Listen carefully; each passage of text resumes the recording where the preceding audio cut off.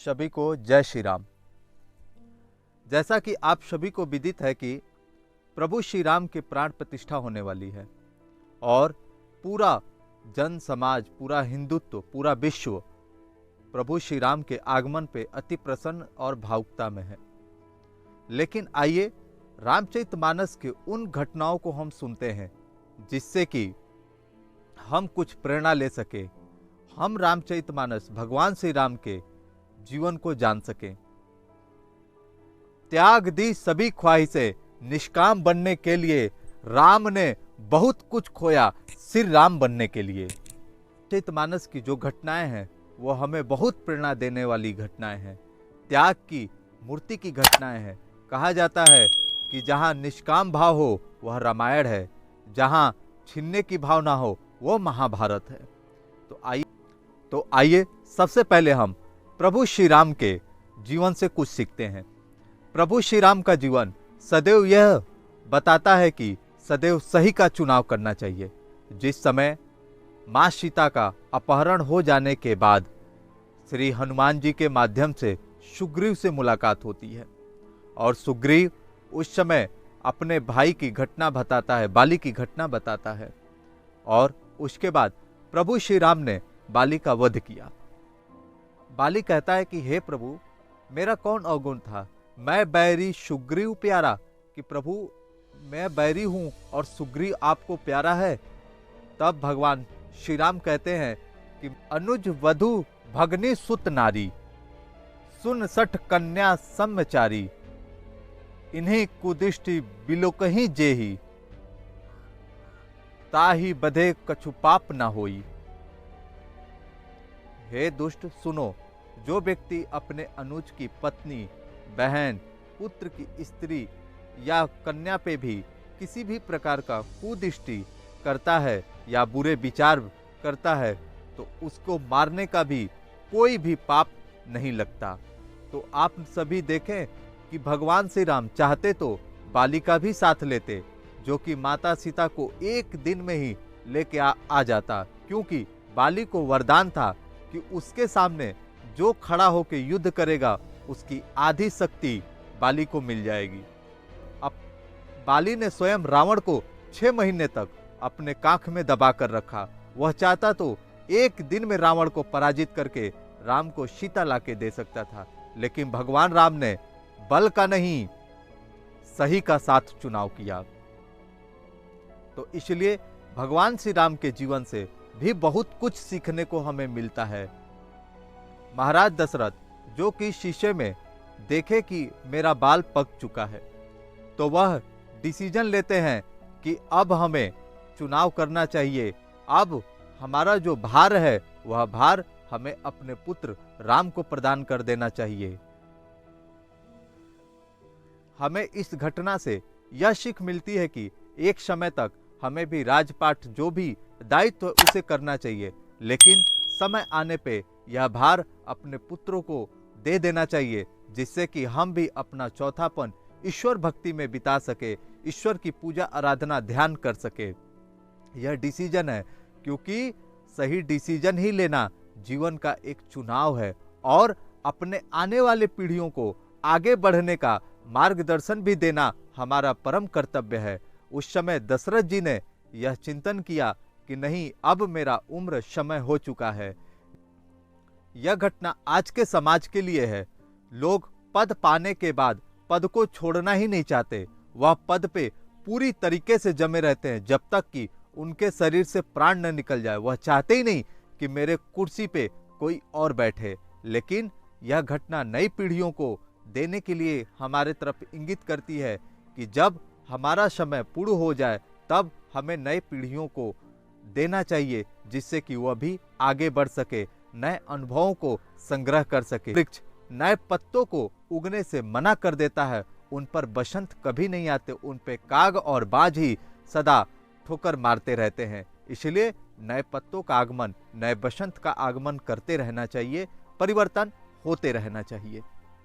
से हमें यह सीख मिलती है कि जिस समय भरत जी को पता चला कि मेरे पिता का देहांत हो गया और मेरे भाई 14 वर्ष के लिए वनवास हो गए और मेरी माँ कैकेयी ने इस वरदान को मांगा है और मुझे 14 वर्ष का सिंहासन दिया है।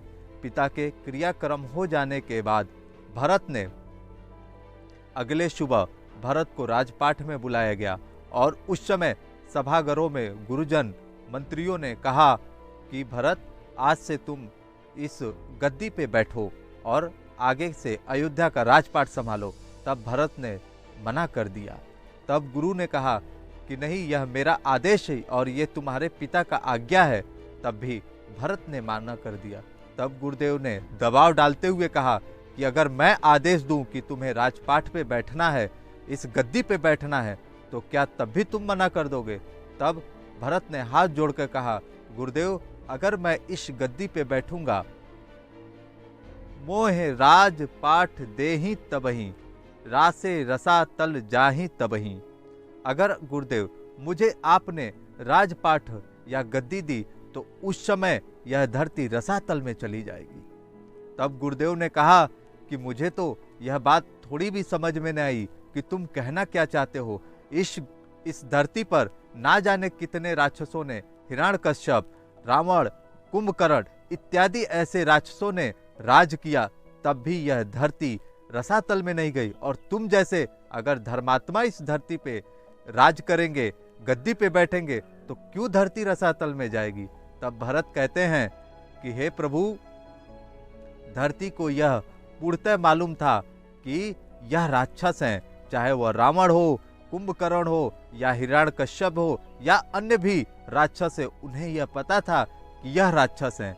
लेकिन राम का भाई अगर भरत इस गद्दी पे बैठा, तब धरती किससे उम्मीद करेगी कि भगवान राम के भाई को ने भी लालच आ गया, वह भी राक्षस प्रवृत्ति में चला गया, तब धरती किससे उम्मीद करेगी? आप सोचिए कि त्याग के मूर्ति हैं भरत जी। हमें त्याग की परिभाषा सुनाते हैं कि आज के समय एक भाई ने अगर 4 इंच की जमीन ज्यादा ले ली तो हम कोर्ट कचहरी, मारपीट, यहाँ तक कि उनके मर्डर कर देते हैं।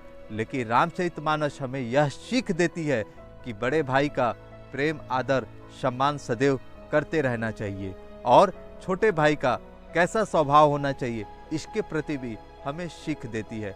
इसलिए रामचरितमानस को हर व्यक्ति को अध्ययन करना चाहिए। वह शुरुआत के दौर से ही अध्ययन करे, क्योंकि जब शुरू में अगर अनुभव करेगा, अध्ययन करेगा, तभी वह आगे के जीवन को श्रेष्ठ समझ पाएगा। आज के लोग कहते हैं कि अभी भक्ति भाव में या रामचरितमानस से क्या सीखेगा, इतनी पढ़ाई स्टडी करना है, इतना कंपटीशन है। लेकिन अगर नींव मजबूत है तो मकान ही तभी मजबूत बन सकता है। इसलिए अपने घर के बच्चों को रामचरितमानस ग्रंथ से अवश्य जोड़े, ताकि वह भी इस भगवान श्री राम के जीवन के लीलाओं को, रामचरितमानस के अनेक त्याग के मूर्तियों को समझ सके और धर्म पथ के मार्ग पर वह चल सके। उसी समय एक घटना आती है जब भगवान श्री राम सुग्रीव के यहाँ गए। तब सुग्रीव राजपाट पर बैठा था और सुग्रीव कहता है, मेरी तो इच्छा नहीं थी, लेकिन लोगों ने मुझे राजा बना दिया। तब लक्ष्मण वहां हंसते हुए कहते हैं कि भैया देखे आप कि ये कहते हैं कि मुझे पब्लिक ने राजा बना दिया।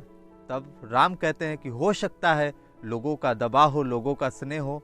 तब लक्ष्मण कहते हैं कि अगर लोगों ने को राजा बनाना होता या लोगों के कहने से राजा बनना होता, तब तो हमारे बड़े भाई भरत भी राजगद्दी पे बैठ सकते थे। लेकिन उन्होंने आपका इंतजार किया, आपके लिए वह त्याग किए। तो यह बातें उन सभी के लिए है जो यह कहते हैं कि मुझे तो लोगों ने ऊपर बैठा दिया, अब मैं क्या कर सकता हूँ। संगत का असर। आप सभी जानते हैं कि एक तरफ लंकापति रावण के राज्य में विभीषण जैसे साधु भी थे, वहीं प्रभु श्री राम के राज्य में मंथरा जैसी दुष्ट स्त्री भी थी।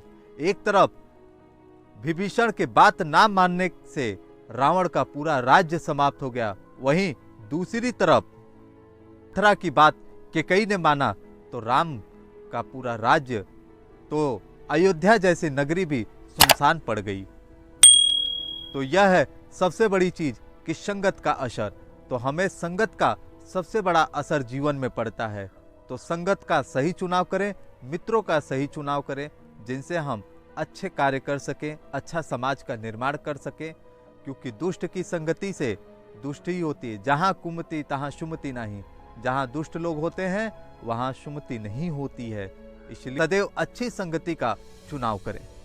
सीता का जीवन मानो पूरा स्त्री समाज को सिर्फ मार्गदर्शन देने के लिए ही बना हो। माता सीता चाहती तो भगवान श्री राम को मात्र वनवास के लिए कहा गया था, लेकिन वह पत्नी धर्म निभाने के लिए वह 14 वर्ष के लिए वनवास चली जाती है। उस समय प्रभु श्री राम लाख समझाते हैं कि वन का जीवन बहुत कठिन होता है, वहाँ जमीन पे सोना होगा, वहाँ राजपाट सेवकें नहीं होती, वहाँ खाने के लिए कंदमूल हो सकता है या कभी कभी कुछ भी ना मिले। तब भी माता सीता ने प्रभु श्री राम अपने पति परमेश्वर का साथ दिया और 14 वर्ष के लिए वनवास चली गई।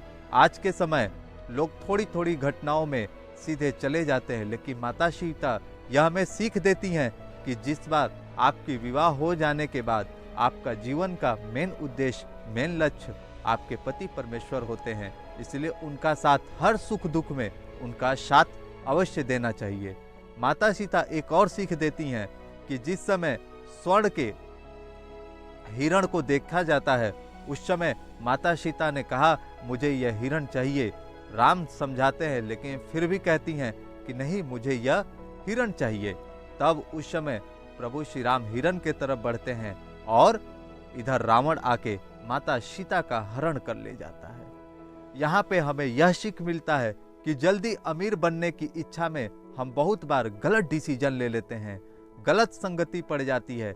इसलिए मार्ग का सही चुनाव करें। उन्हें यह पता था कि सोने का हिरण नहीं होता, सोने का हिरण हो ही नहीं सकता, लेकिन फिर भी वह यह पूरे मानव समाज को समझाने का प्रयास कर रही है। उनका जीवन भी बहुत प्रेरणादायक है। और आइए इस वीडियो से आप क्या सीखते हैं अंत में कमेंट करके आप बताएं। और चैनल पे अगर नए होंगे तो चैनल को सब्सक्राइब करें, वीडियो को लाइक और शेयर करें, ताकि हर व्यक्ति ऐसे ही आध्यात्मिक ज्ञान से जुड़ सके, ऐसे मोटिवेशनल विचार से जुड़ सके। साथ चलते हैं, फिर मिलेंगे हम आपसे नेक्स्ट वीडियो में। सभी को जय श्री राम, जय श्री राम।